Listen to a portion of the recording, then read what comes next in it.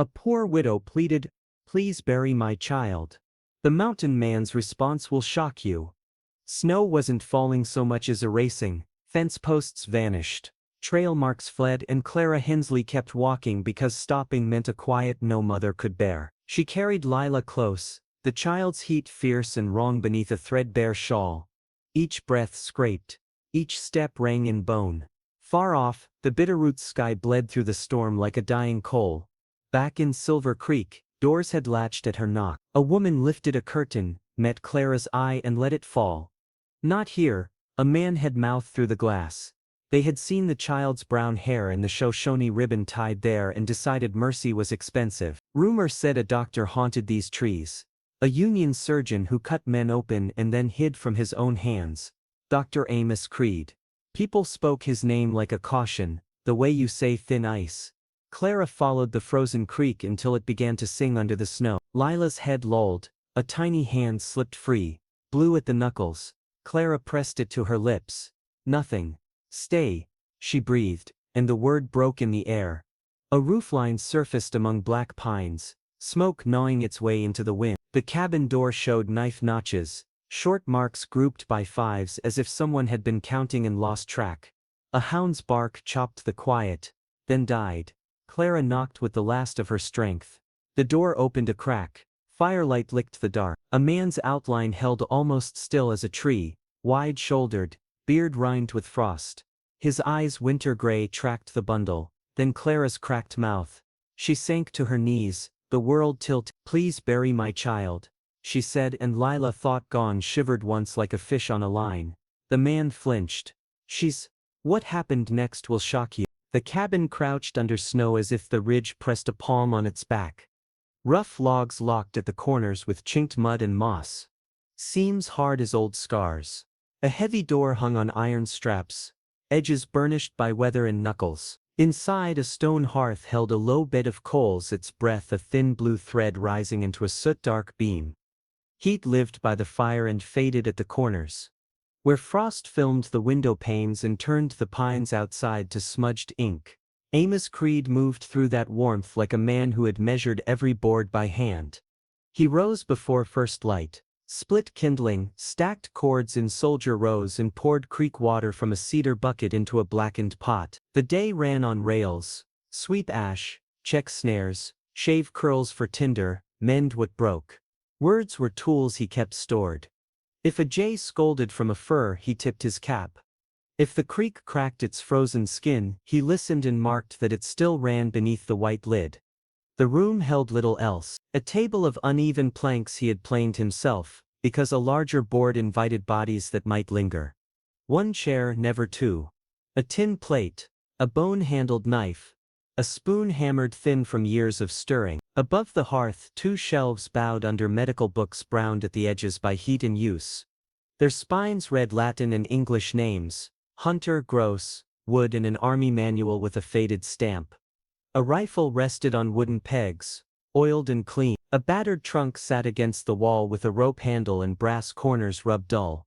He had been a surgeon in blue, though the men under his hands wore gray as often as not. He remembered canvas wards and fields that moved like weather, lanterns lowered to ribbon out the dark. The choked roar when ether failed. He remembered speed that beat rot and distance that kept the mind from breaking. He cut, clamped, cleaned, stitched, and kept count until numbers lost names. When the killing slowed, he tried a river town with a teaching post. He lasted one winter. By spring, the mix of chalk, lamp oil, and whitewash made his stomach turn. He left before the thaw, walking west with a pack and no plan beyond silence. The world shrank in the mountains and then opened again when he met a Cheyenne woman who laughed with her whole face. She taught him plant names, how willow calms pain, how sage smoke clears the air, and the way wind clears a path. She tied a red thread around his wrist one winter and said it would remind him to lead with care. A son came, soft-voiced, black-haired, eyes like his mother's at dawn. Amos set snares with hands that could also set broken bones and felt for a time the ache of use. Then a cousin of a settler led men up the draw while Amos tended a fever in the valley. Smoke told the first part. Silence told the last. He found two shapes under a blanket. and the blanket was too light to be anything but goodbye. The men who bragged about it in the next town called it a warning. Amos dug with numb hands until the earth would hold them. He set a plain plank with 2 names and walked until the ridge took him back. He told himself solitude was medicine, taken at dawn, noon and night. He counted wood stacks, jars of dried roots, coils of sinew in a tin, and cartridges lined like dull teeth in a box beneath the bed. He kept no almanac and few memories he could not lock away. If riders crossed his path, he nodded without stop. If a wound showed, he yielded bandage and salve and took no name. A clean table. A door that stayed shut. A vow plain as a rule, carved into a beam. Storm light came early the day she arrived. The sky the color of a bruise. Wind dragged a hiss through hemlock crowns and pushed hard against the shutters.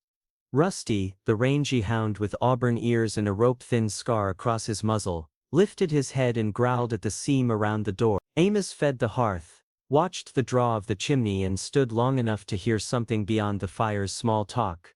A knock. Not the sharp rap of a hunter. 3 soft beats, each weaker than the last. He stood a pace from the door and let silence test the timber. No one climbed to his lintel without a reason, and reason often carried a knife. He set his palm on the rifle, felt the oil cold and breathed once through his nose. Words rose and stuck behind his teeth. He lifted the bar and opened the door a hand's width. Snow eddied in, tasting the floor. A woman leaned into the jamb as if the wood alone kept her upright. Frost clung to her lashes. Her eyes were clouded by cold and miles. In her arms she held a bundled child so tight the knuckles of both hands had gone chalk white. The bundle did not move. "Don't," he said, and could not have named whether the warning was for the wind, the stranger or the old part of himself already reaching. She swayed, he steadied her elbow without deciding to do so. Her skin burned with cold. She folded at the knees and slid across the sill, stopping on the board just inside as the door closed behind them with a blunt thud. He set the bar and crouched. Steam from the hearth brushed her cheek and vanished. Wet wool and iron and smoke braided together in the air. The blanket tipped back to show a small face with pale lips and lashes rimed with frost. Stillness ruled there, and then as he leaned closer, a swallow at the throat, faint as a moth freeing itself from a web.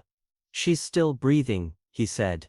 The sentence sounded rusty but true. The woman's gaze moved from his mouth to the child and then closed, as if the words had lifted a stone from her chest. Every rule that kept the cabin standing shouted inside his skull. Keep out of the world, let no stranger lay claim. Leave the past nailed shut. Yet breath meant do. His hands had learned that before vows and mountains. He eased the child onto his arm, tested the weight, listened for labor that spoke of lungs gone stiff. A weak pulse fluttered against his fingertip. He cleared the blanket from the mouth and pressed an ear near the lip. Heat rose and stung his beard. He fed the fire until flames took shape and threw light that crawled over log walls, across the rifle barrel, into corners where cold had pooled. He set the kettle on to boil. Movement returned to him like a craft he had not lost. He dragged a bear skin near the hearth, laid the child upon it and slid a folded coat under her neck. He pulled the battered trunk forward with his knee and pried the lid. Inside lay a roll of tools wrapped in oilcloth. A tin of willow bark, a twist of sage, a packet of yarrow and a small vial stoppered with wax. The woman tried to rise. "No," he said quietly. "Stay." She stilled, breath rasping like a file on ice. He looked at her boots and saw toes gone rigid. Then at her hands, white to the nails.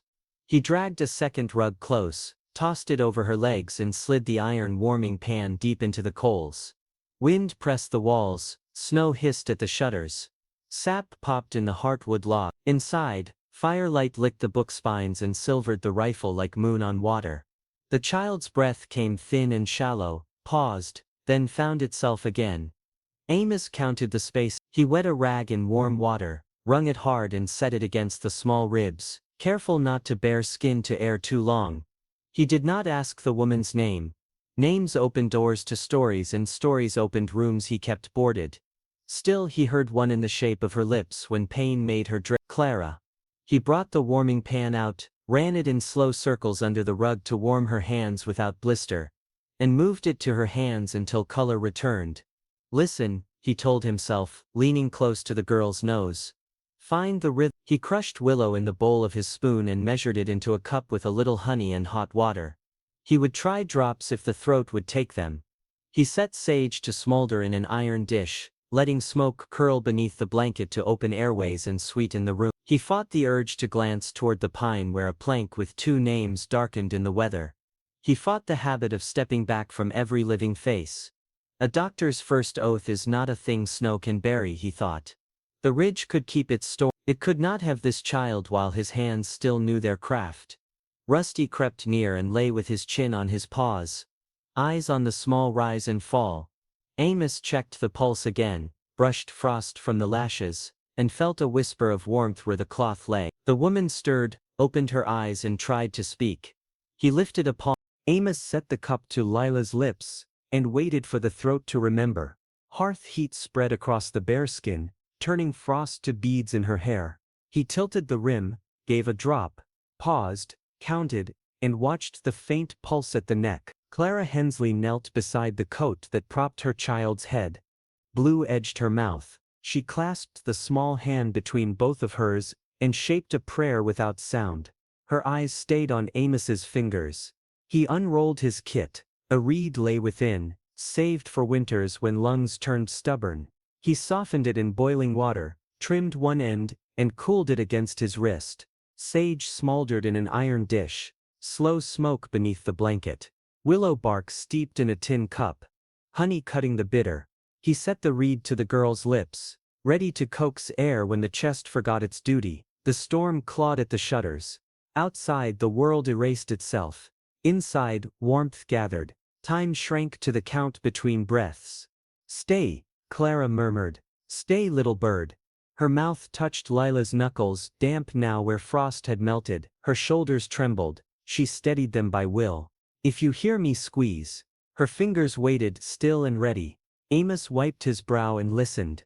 The reed hissed. The chest rose, fell, waited too long, then rose again. He matched that rhythm, shutting his eyes against a tent of canvas and voices begging for water and home. He opened them.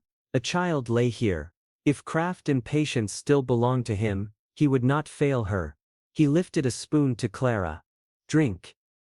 She obeyed, first swallow rough, the next easier. He slid the warming pan under the rug and moved it in slow circles to wake frozen blood. You help by staying warm. She nodded, wrapped her scarf around Lila's shoulders, careful of the airway. He measured willow into Lila's mouth. A swallow answered. He touched the pulse and felt a thread insist on itself. Hope makes fingers clumsy. Have you ever clung to hope when all seemed lost? The hush seemed to ask, smoke threading the question through the room. Perhaps the answer looks like this. A mother kneeling on plank boards, watching the edge between silence and return. He worked by habit honed in hard schools. Warm stones replaced cooled ones. He shifted the child a finger's width at a time, kept chill from pooling, rubbed life into blue fingers until nails blushed. When the chest stalled, he tapped the sternum. When the throat closed, he brushed the neck. When fear rose like black water, he anchored himself to tasks and count. Clara spoke again, voice thin but steady. Lila, she said, pinning the child to this side with a name. She told a small story of a meadow she had walked with Tala in spring, grass bright as coins, bees sowing gold between flowers. We'll go when the thaw comes, you'll run and laugh. Fragile words, yet they held. A line at the brow smoothed. The mouth eased. Amos studied the chest and found the counts a hair quicker and even. He did not trust it yet. Still he added a sliver more willow and let sage drift under the blanket. He cracked the window latch a finger's width to pull a thread of cold so the fire would not grow sluggish. Clara sagged. Amos drew the rug higher and nudged the warming pan closer. Lean back, he said. I'll watch. She yielded, eyelids sinking while her hands never left Lila's wrist. I begged them, she murmured. Doors shut. You brought her to heat, he said. The pulse strengthened a touch. He tested toes. Warmth met his finger, not heat yet, but no longer stone. Stones, cloths, drops, patience. The litany returned, and time unhooked from the window. His mind tried to drag him to a graveside under a ragged pine. He refused. He trimmed the reed, turned the child to ease the lungs, lifted the cup so steam brushed the nose. "Lila," he said once, not calling across distance, but speaking to someone close. The lids trembled, the room shifted, a small change like the first creak before river ice cracks. Clara saw it. "Did you see?" "I did." A knot loosened inside his ribs. "Keep talking to her." She told another tale, bread rising, a fox peering through glass. Her voice warm, fingers turned from chalk to faint rose. The chest's rise steadied, the reed whispered less. Amos removed it and set it aside. He lifted the lids with a gentle thumb, pupils answered his lamp. He set his palm over the heart and counted, stronger, then weaker, then stronger again. He chose a curl of elderflower to coax the fever to break without force. He brewed it with willow and offered another thread of liquid. The throat accepted. A swallow traveled. Wind faded. Inside the air smelled of sage and wet wool. Clara watched as if learning a language spoken by hand. She had placed her life within a stranger's reach and felt fear ease. He felt that faith settle across his shoulders like a cloak. Lila coughed once, dry as paper torn slowly. Amos gave a scant mouthful of warm water. Another cough, then a shuddering breath that did not stall. 5 more followed with even gaps. He did not smile. He counted until his chest believed what his ears heard. He gave Clara another sip. "She is holding," he said. Clara pressed her forehead to the small hand. A tear slid free and vanished. She breathed evenly and said, "I'm here." The cabin answered with its own pulse, flame, shadow, breath. The click of settling timber. Amos listened as life argued with winter and would not quit.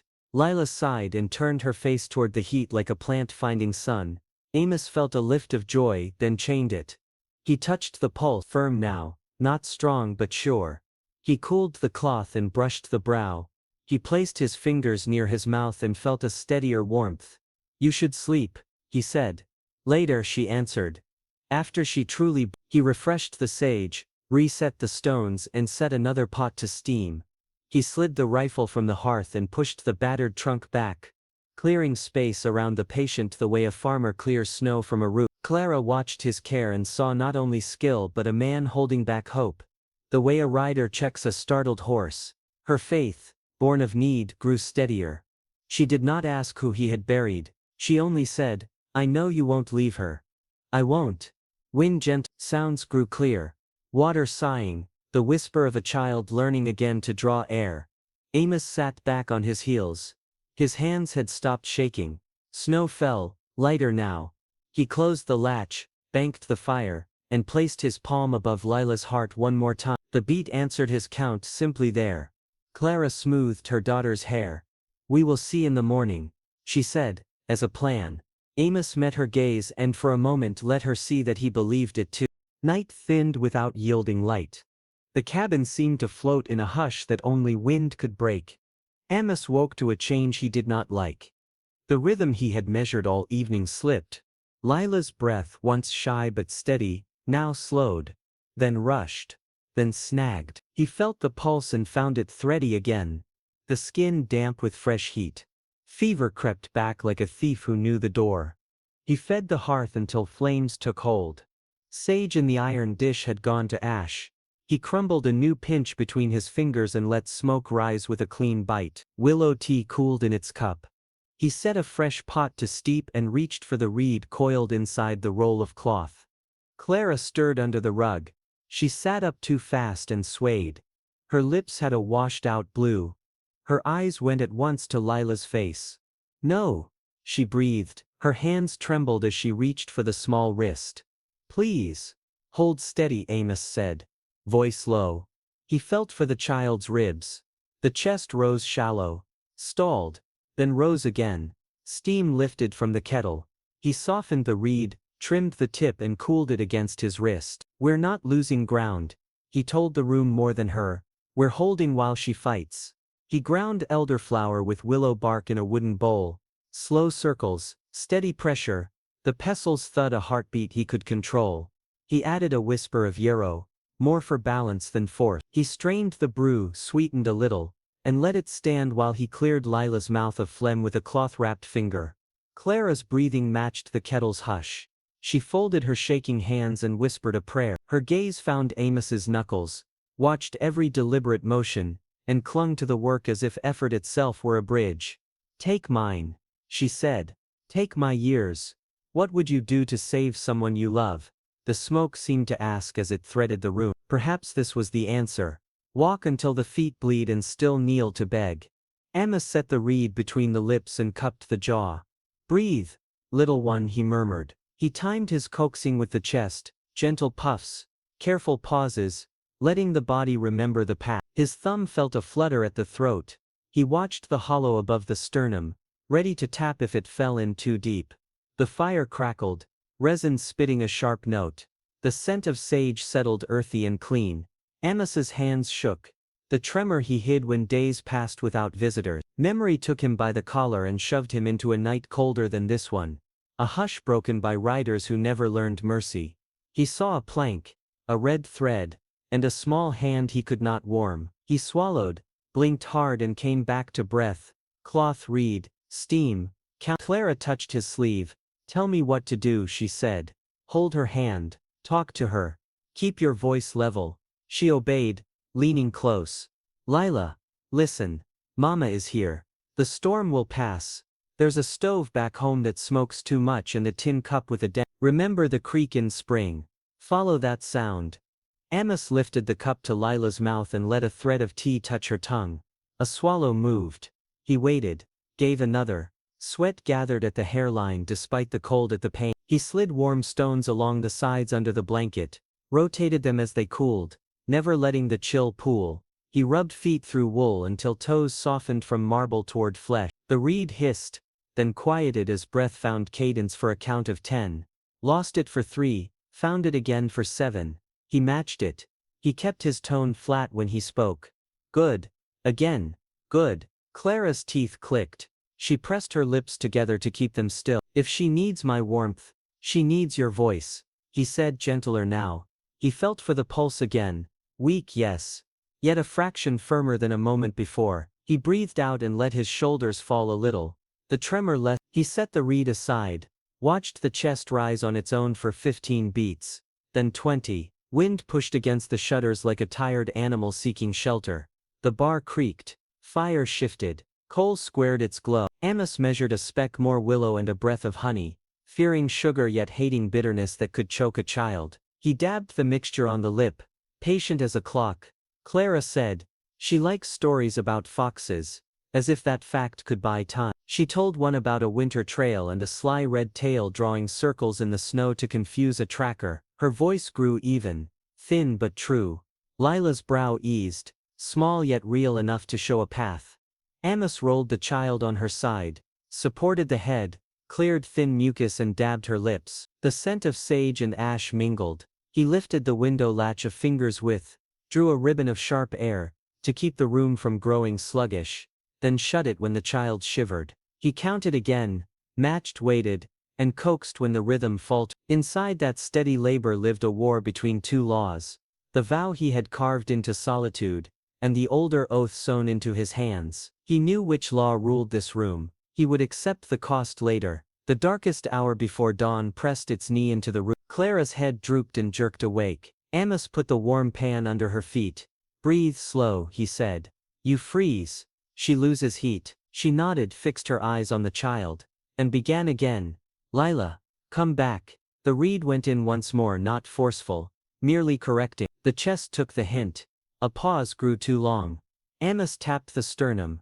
Breath resumed. The clock in his mind kept time he could not allow to break. He tasted ash on his tongue, felt a sting in his eyes, and heard the log settle with a groan. Outside, a branch let go and thumped into the snow. Inside, he traced the line between this moment and those he never voiced. The tremor crept back into his fingers. He set his wrists against his knees to quiet them. Clara saw and laid a hand over his. A touch that asked nothing and steadied more than muscle. "Thank you," she said, the words naked as truth. Light tried the window and failed. The storm had not given up, yet the fire held. Amos leaned close to Lila's ear. "Breathe," he whispered, not pleading, offering a path. The chest rose. He counted, 10, then 10 more. He lowered the reed, Ready again, but not needed for that span. A sound then, thin as thread through cloth. A cough, weak, dry, but chosen by her own small lungs. Amos met Clara's eyes. Resolve moved between them like a torch passed hand to hand. They turned back together, prepared to fight the next breath and the next until morning allowed itself to come. Fire eased its breath, laying amber along the logs and turning the small room into an island. Sage thinned to a ribbon above the iron dish. Outside the wind worried the shutters, inside stillness grew. Lila slept on the bearskin with a folded coat under her head, cheeks warming to a quiet blush. Her breathing stitched the moments together. Rusty lay near the hearth with his tail tucked, one ear lifted as if keeping watch. Amos sat with his back to the wall, knees drawn, palms empty. The reed lay cleaned beside the battered trunk. The rifle watched from its pegs. Books hovered above the hearth like stern elders. He had space for thought now, and thought arrived uninvited. Clara pulled the rug over her skirt and watched Lila's chest rise and fall. The blue had left her lips. Weariness made her slow, but relief cut through like spring water. She looked at Amos the way a traveler looks at the far ridge after crossing it.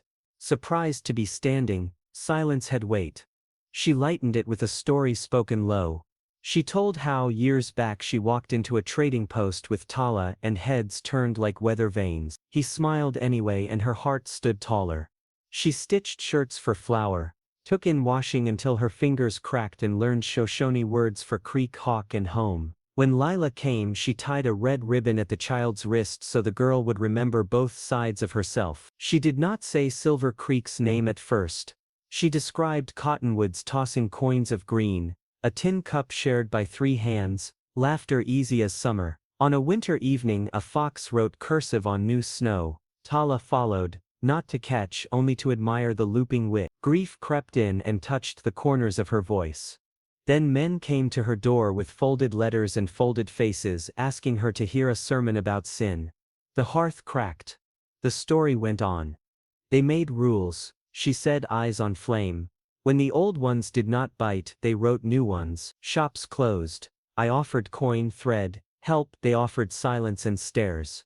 When I would not rename the man I loved, they renamed me. After he was taken I carried her alone. The worst weren't loud, the worst watched. Have you ever been judged for who you love? The question moved with the smoke, unvoiced yet present. She pressed her palms together until bone met bone, then loosened them and breathed slowly. Amos waited long enough to know he must answer in kind. He spoke of a winter with a Cheyenne woman who feared neither sky nor hush, whose laughter made him believe he could walk among people again. He learned the shape of her hands the way he knew sinew and tendon.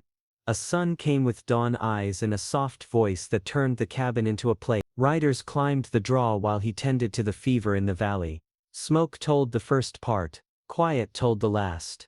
He carried 2 light bodies into the earth that would not soften. Clara's gaze traveled the room as if the story were written on boards and tools. Knife, spoon hammered thin, 1 chair only, books like a medicine line, the rifle oiled to a dark shine. She found understanding without judgment's shadow. You kept count, she said. I tried, he said. She placed Lila's hand on her own, anchoring both to the same post. Tala was good, she said to the fire, simple as rain. He didn't fit their prayer. I don't either. I want my girl to know the world without teaching her that doors will always close. You teach which doors are worth knocking on, Amos said. Some open inward when you leave. The cabin held its breath. Snow slid from a pine in a soft rush. Sage lifted, mixing with pitch, iron and wet wool. Lila turned and drew a deeper breath.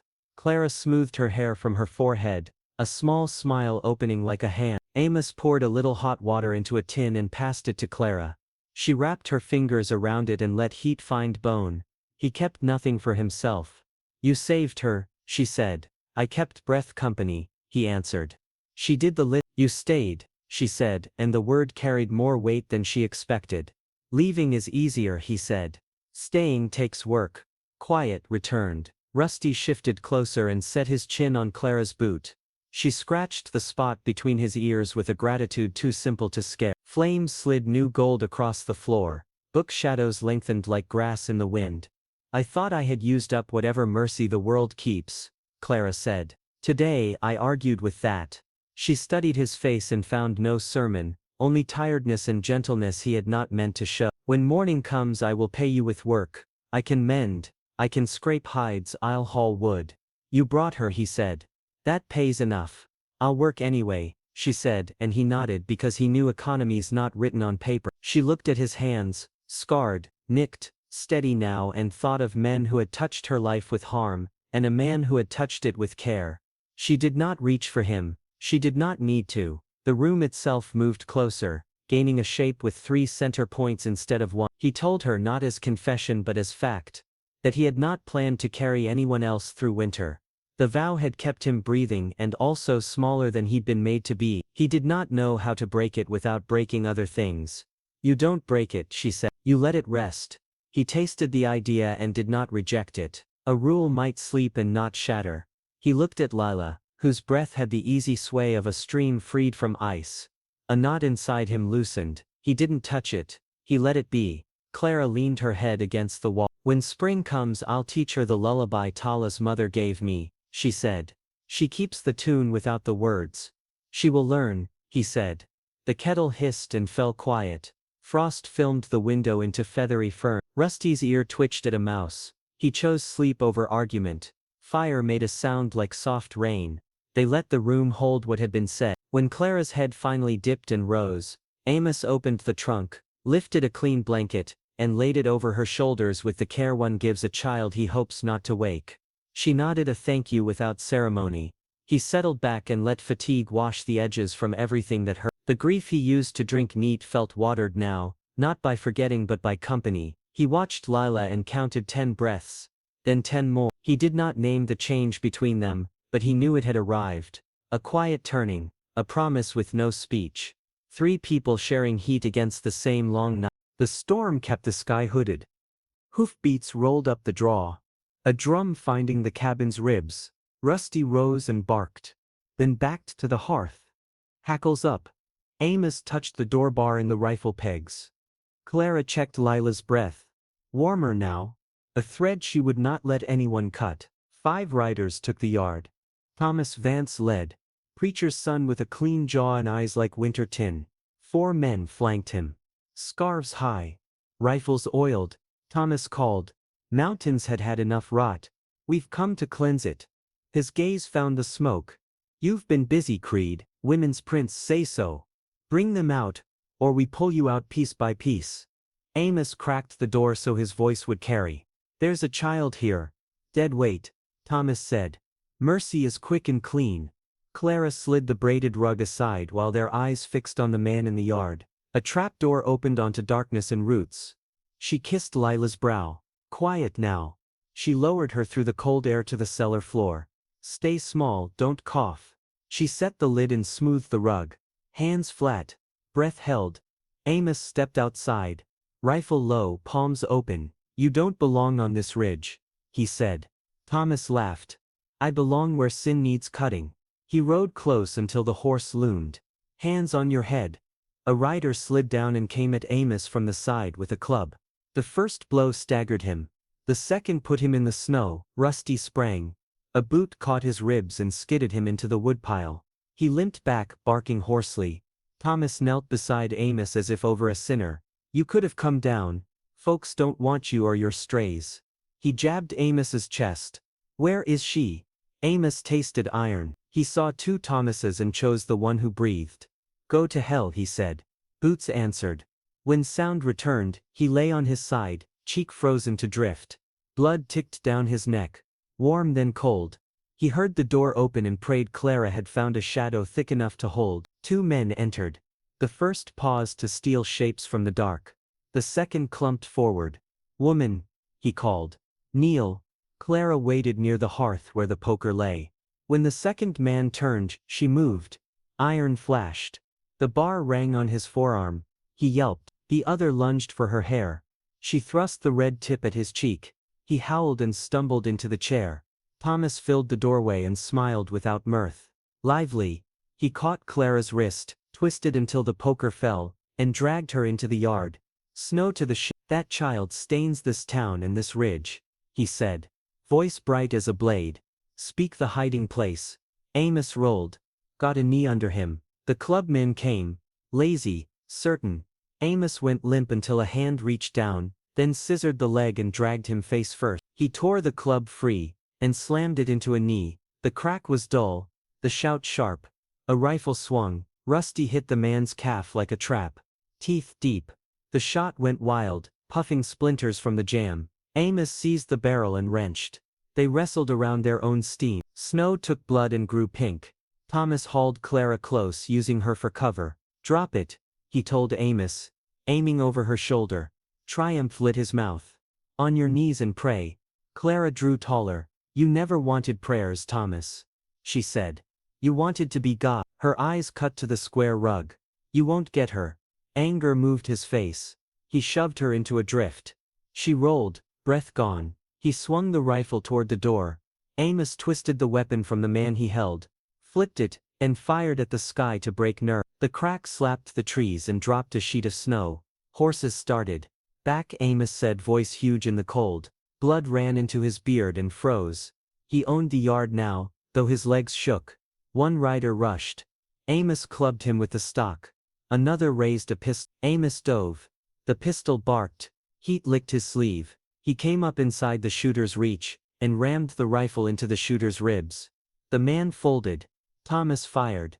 The shot shaved hair, and spat splinters from the jam. Clara found the poker again, fingers burning, and hurled it. It clanged off Thomas's gun, spoiled his aim for a beat, and Amos closed the distance. They crashed. Preacher's son and surgeon gone to ground. They went down thrashing, breath harsh, snow in mouths and sleeves. Thomas grabbed Amos's beard. Amos took his throat and squeezed until spots danced. Thomas raked fingers into the cut at Amos's scalp, and laughed. A cracked sound. You think you can keep her, he hissed. You can't keep anything. Amos let one hand leave the throat, and drove his thumb into an old break under Thomas's ribs. A place the man guarded without knowing. Thomas gasped and arched. Amos slammed his head into the snow once, twice, then ripped the rifle free and rose, swaying but set. He aimed without shaking. Rusty stood over the club man, growling low. Two riders, hands spread, edged toward their horses. The third dragged a hurt leg. The fourth spat blood and stopped when Amos did not blink. Leave, Amos said. You come back. The mountain takes you. Thomas wiped his mouth and smiled, because he did not know how to lose. We'll burn you out when the wind dries, he said. We'll hang you in the churchyard and call it order.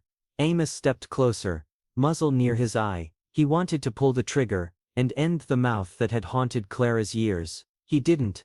Mount up, he said. Thomas stood slowly. He whistled. Reins creaked. Leather snapped. The men swung into saddles. Thomas mounted last, and stared at the door as if the wood might speak. You can't hide a stain, he said. Amos lifted the rifle and fired into a drift at the horse's feet. Snow leapt. The animal reared.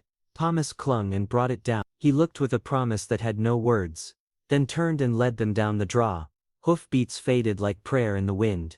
Amos stood until his knees admitted they were done. He leaned the rifle against the post and sat. Clara ran to him, hands on his face and shoulder, and the blood at his ear. You're here, she said, confirming before trusting.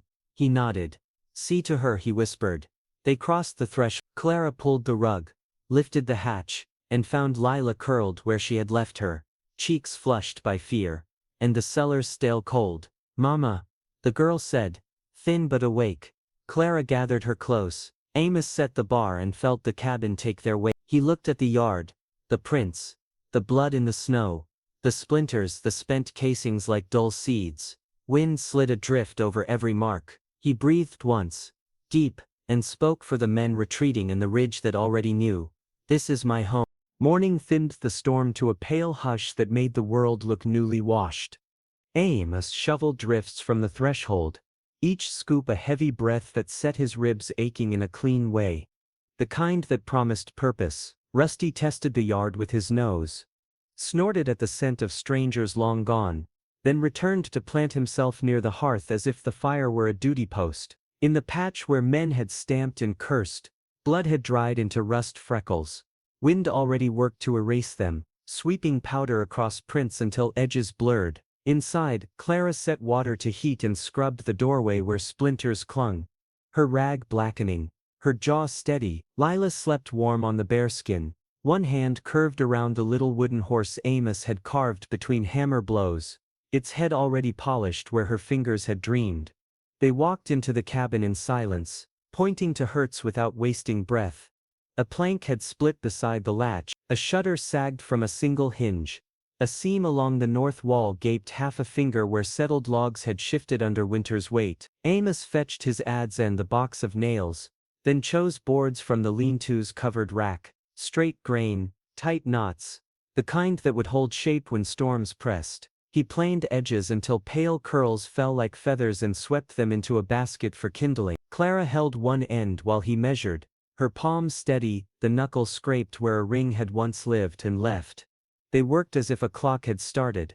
Amos set a new plank over the split, checked twice, then drove nails with the mallet, each strike exact.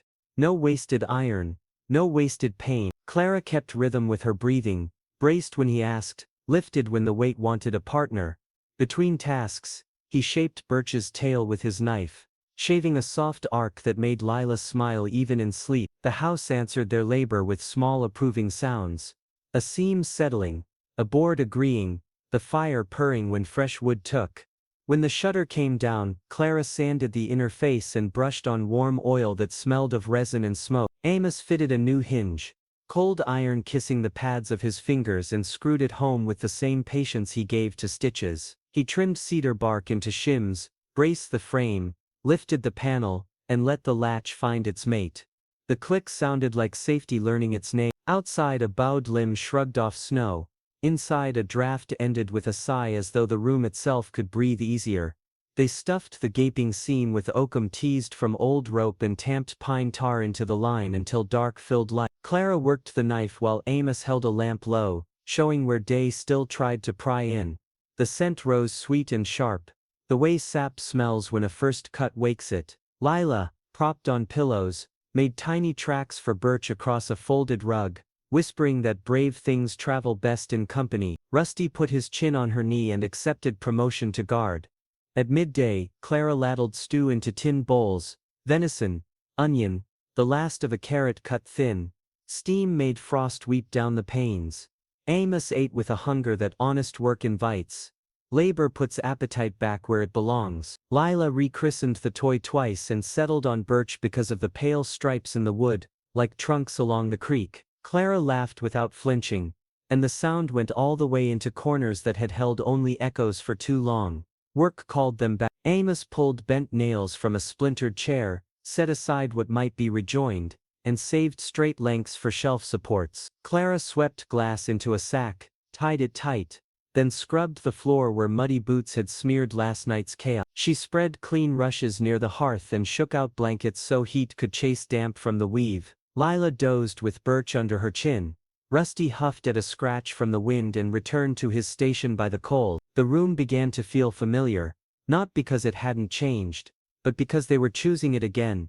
As shadows lengthened, Amos taught Clara how he sorted remedies when cold months he laid willow bark, elderflower, yarrow and sage in neat rows and traced a circle on the table with a fingertip stained by tar. Warmth first, he said, air second, pain next, fever last, and only as far as strength allows. She repeated the order, touching each in turn like roll call. He showed her the reed he kept trimmed and smooth, explained how to soften it in hot water, cool it against skin, and time the breath so the body would remember its old path. She held it as if it were both tool and promise.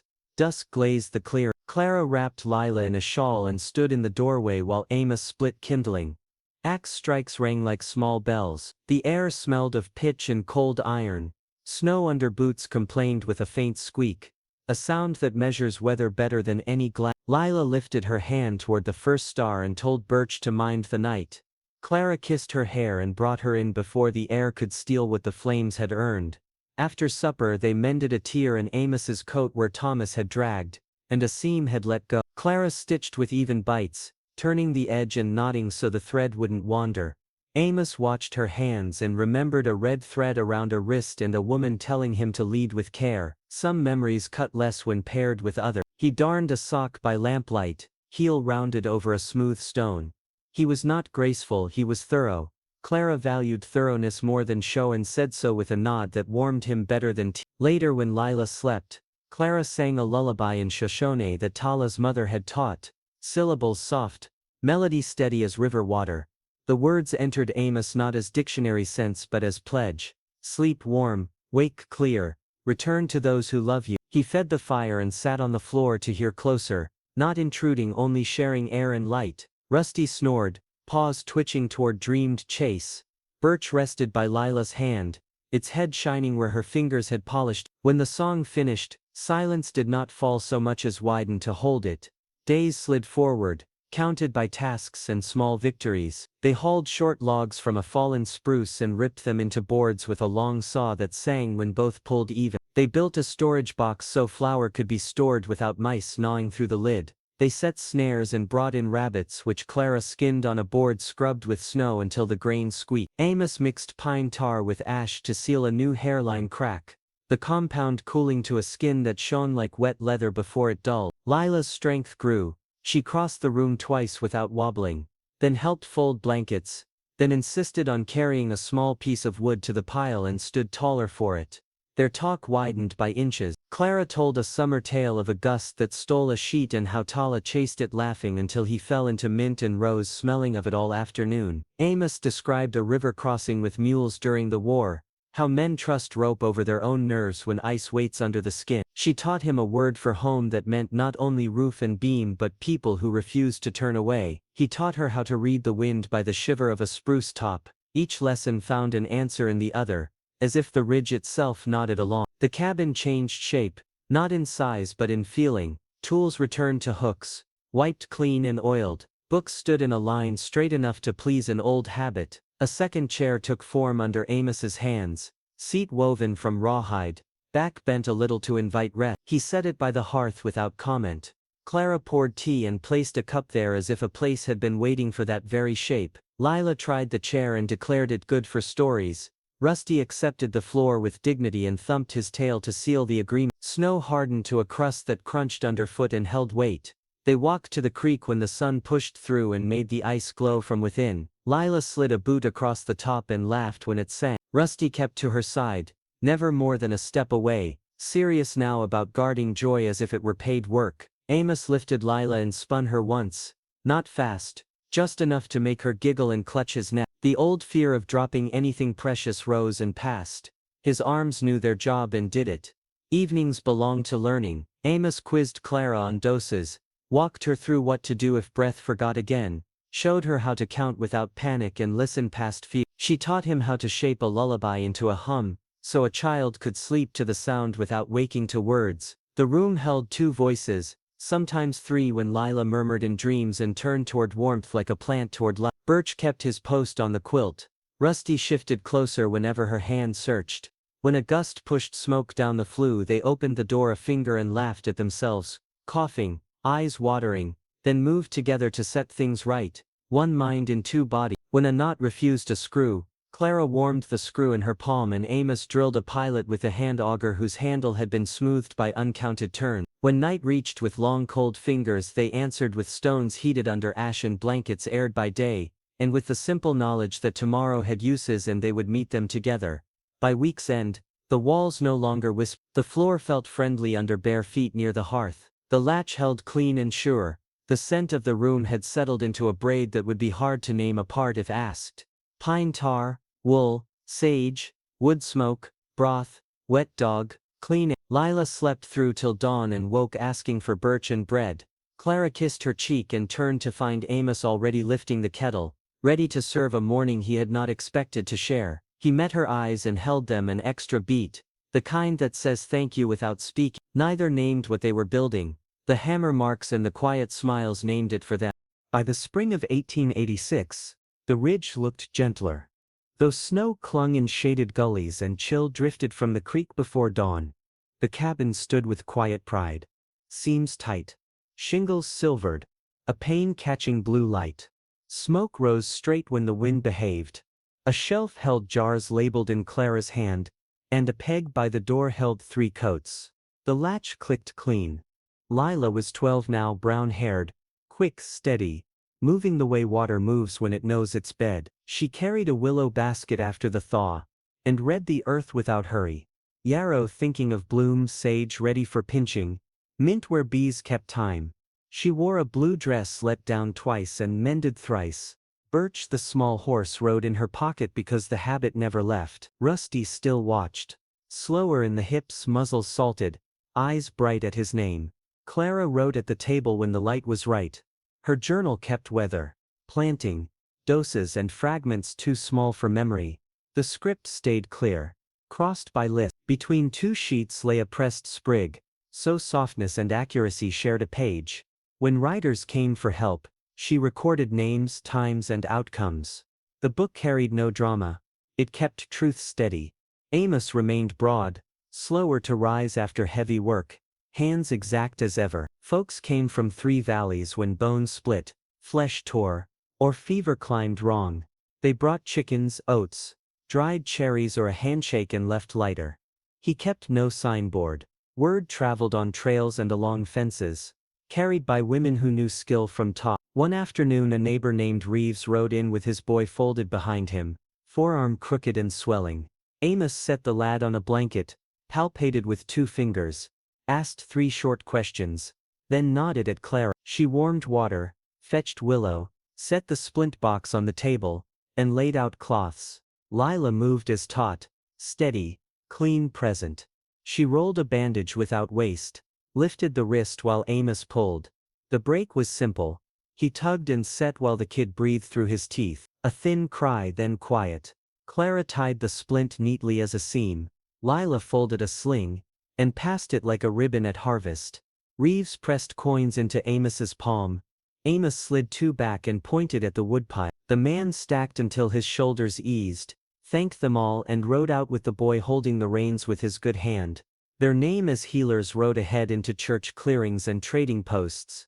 Though the family kept its own counsel, some old mouths never softened.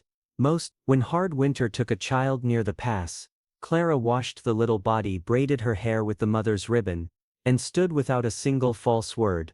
When spring fever tried the valley 2 years later, Lila and Amos carried willow, elderflower and steam to houses where smoke had gone still. They stayed until breath steadied and color returned, then walked home tired and silent, knowing the work was right. On an evening that smelled of warmed pitch and damp grass, Lila returned with a basket of mint and yarrow. She pressed cool leaves to her cheeks and laughed when Rusty sneezed. Clara flattened a clean page. "Write what you found," she said. Lila described habitats in careful words, then added, "Mint near the rock where a fox kit watched me." Clara smiled and folded a corner to mark joy. After supper, Amos took a knife and walked to the tall pine by the bench. Its bark ran in ets rubbed smooth by many shoulders. He carved slowly, letters deliberate, steel whispering. When he stepped back the message read, "She's still breathing, and so am I." He did not explain. He did not need to. The words belonged to a winter buried under years and to a room that had learned 3 names. Can love rebuild what the world breaks? The question moved like a breeze through hemlock crowns and settled on the porch where 2 women and an old dog sat. Perhaps the answer lived in a home that kept 1 chair for memory and 1 for tomorrow, in a journal that recorded more mercy than misfortune, in a pine that wore a sentence like a scar that refused to ache. Thomas Vance had long since left the ridge. Some said he drank himself thin in a mining town. Some said he found a distant pulpit. Clara never spoke his name. Lila knew the outline of that winter and the shape of courage that rose within it. Fear had not vanished. It had learned manner. When riders passed with loud mouths, Rusty watched from the shade, and Lila stood with her back straight, birch warm in her pocket. Autumn came early. The first geese crossed before the last berries, and Frost walked at night along split rail. They brought in wood until the pile stood like a short wall. Lila arranged jars by strength and need, stacked cloths in lines, and checked the reed by lamplight as if readying an instrument. Amos taught her to listen beyond noise for the tiny stall that warns before a crisis. Clara wrote a page headed Lessons, then left space under it unruled for what she could not foresee. On market days they traded salve for salt and news for news. A girl with a cut palm left with stitches and a sweet bun from Clara's tin. Winter arrived on a still morning and took the roof white again. They sat together after chores, three close shapes in a room that had learned their breath. Birch stood on the mantel. The red thread kept its place. Rusty dreamed at Lila's feet. Firelight made their faces soft. Amos's palm rested over Clara's hand on the arm of the newer chair. Not claimed, only companioned. Lila leaned toward the flame with a book open, lips moving from a tale she loved. Outside the ridge held its dark without malice. Inside the air smelled of sage, wool, iron and broth. Clara closed the journal, and laid the pencil across the seam. She watched the man who had once barred his door and the girl who had once slept in a cellar, and felt the room settle like a quilt. Amos looked at the two faces warmed by fire and thought of knife marks on pine, of nights when breath felt scarce, of mornings that arrived anyway. He had learned to speak little and mean what he said. "We've done good work," he murmured. Clara nodded. Lila smiled without looking up, as if the line belonged to the page and the room at once. The clock on the shelf clicked. Snow ticked from the eaves. Amos rose, added a log and settled again. Clara drew Lila nearer so the three formed a small harbor of heat. Their shadows climbed the logs and joined in the corner. The wind turned outside and did no harm. They did not chase the future or argue with the past. They listened to fire and breath until the room matched their quiet. The ridge kept its watch. The message on the pine held its line. The home they had made held them in return. Under a snowy Montana sky, the cabin glows like a small lighthouse, its windows breathing gold into the blue hush, while smoke rises in a steady ribbon and vanishes among the pines. Inside, logs hold a clean heat that smells of sage and wool. Lila laughs near the hearth, and taps Birch's tiny head against the rim of a cup to keep time for a tune she learned on the trail. The toy shining where years of small fingers polished the grain. Rusty sprawls by her boots, older slower, still proudly watchful, thumping his tail whenever she hits the sweet note.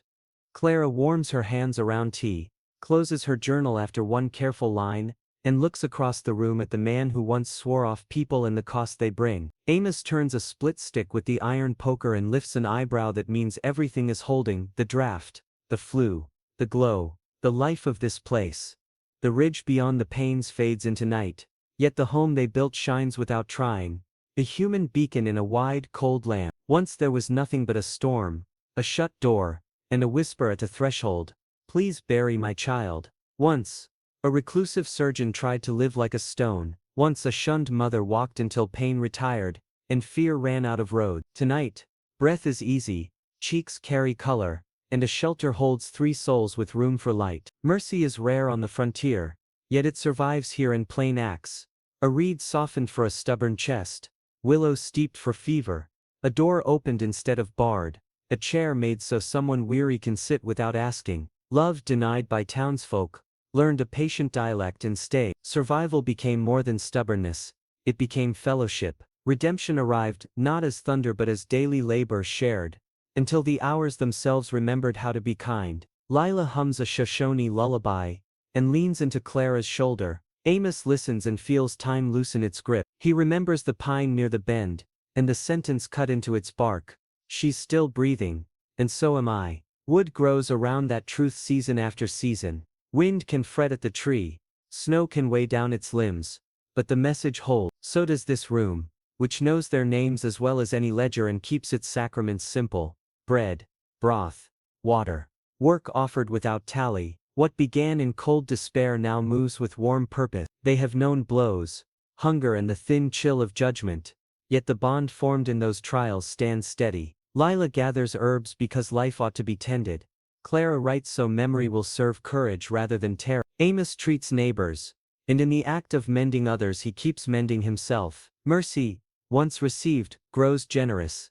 It refuses to wither when the weather turns. The night rests on the roof like a careful hand. Stars burn clean. The creek murmurs beneath its glassy lid. Clara pours more tea, sets a cup by Amos's elbow, and brushes ash from his sleeve. He thanks her without words. Lila reads a few lines from today's page about fox prints near the mint, and the sharp sweetness of first cut yarrow. Her laughter lifts again, bright as a match struck in darkness, and the sound climbs the log walls and settles in the beams as if the timbers could keep it for lean times. Mercy often looks like small choices multiplied until an ordinary hour glow. He carried a child from the brink and found himself carried back. She risked one last knock, and found her knock answered. Together they learned to keep heat, to guard breath, to trust quiet, to accept help without shame. Can love rebuild what the world breaks? Their living says yes. Not quickly, not easily, not without scars, but yes. The answer takes the shape of a mended hinge, a second chair, a journal that lists doses and kindness in the same hand, a dog that refuses to abandon his post, and a girl whose laugh contains both languages she was given. Snow deepens. The lantern throws a halo on the table. Birch stands upright near the ink bottle as if listening. Amos adds a log and watches flame lick the bark, then turns and finds Clara's eye. Gratitude passes between them without speech. The calm of two people who did not surrender when surrender would have been simple. They are not saints. They are stubborn and tender in equal measure. They do not chase perfection. They practice steadiness. The frontier still bites, yet it no longer owns its story. This home is proof. If this tale found you during a hard week, hold its ember. If a door once closed on your need, imagine another opening now. If anyone told you your love could not belong, release that verdict to the wind and let winter carry it away. Let this small lighthouse burn in your mind whenever the road shortens and light thins. Remember how a vow to keep apart met a plea and failed, and in failing saved 3 lives. Remember how grace often borrows human hands. Tomorrow will bring chores, the stove will eat wood, hooves will scratch at the yard, someone will need a splint, a salve, and a listening ear. They will answer as they always do, with patience, warmth, and the quiet confidence forged in that first night when breath seemed to slip away and then returned. Clara ties up her journal with a red thread and places it beside the lamp. Lila nestles into a quilt, and lets her eyelids sink, still smiling. Rusty sighs in his sleep, paws twitching toward remembered chase. Amos checks the latch, the banked coals, the shutter against a new gust, then sits with his palm covering Clara's hand on the arm of the chair. Outside, the mountain keeps watch without malice. Inside, a family keeps a promise without oath. That is the victory. Out here, mercy is a currency, yet it multiplies whenever someone chooses to spend it. Once Clara stood alone before a town that measured worth by narrow rules. Now she stands inside a circle built by regard. Once Amos believed solitude would keep grief from finding him. Now he understands that shared days blunt sorrow better than any wall. Lila's laughter seals the bargain. Their road was hard, but it led here. Warmth, work and love renewing themselves like fire fed with wood. If this story touched your heart, hit that like button and subscribe to Wild West Love Stories for weekly tales of grit and romance, where outcast hearts build homes and broken roads find destination. Share this video with someone who needs proof that second chances aren't legends. They are choices made one hard day at a time. Ring the bell so you never miss a new chapter. Tell us in the comments which moment held you longest, and where you are listening from tonight. Join Wild West Love Stories, and ride with us across wide country toward hope, where hearts don't miss, and every week delivers another true shot of courage, tenderness and home.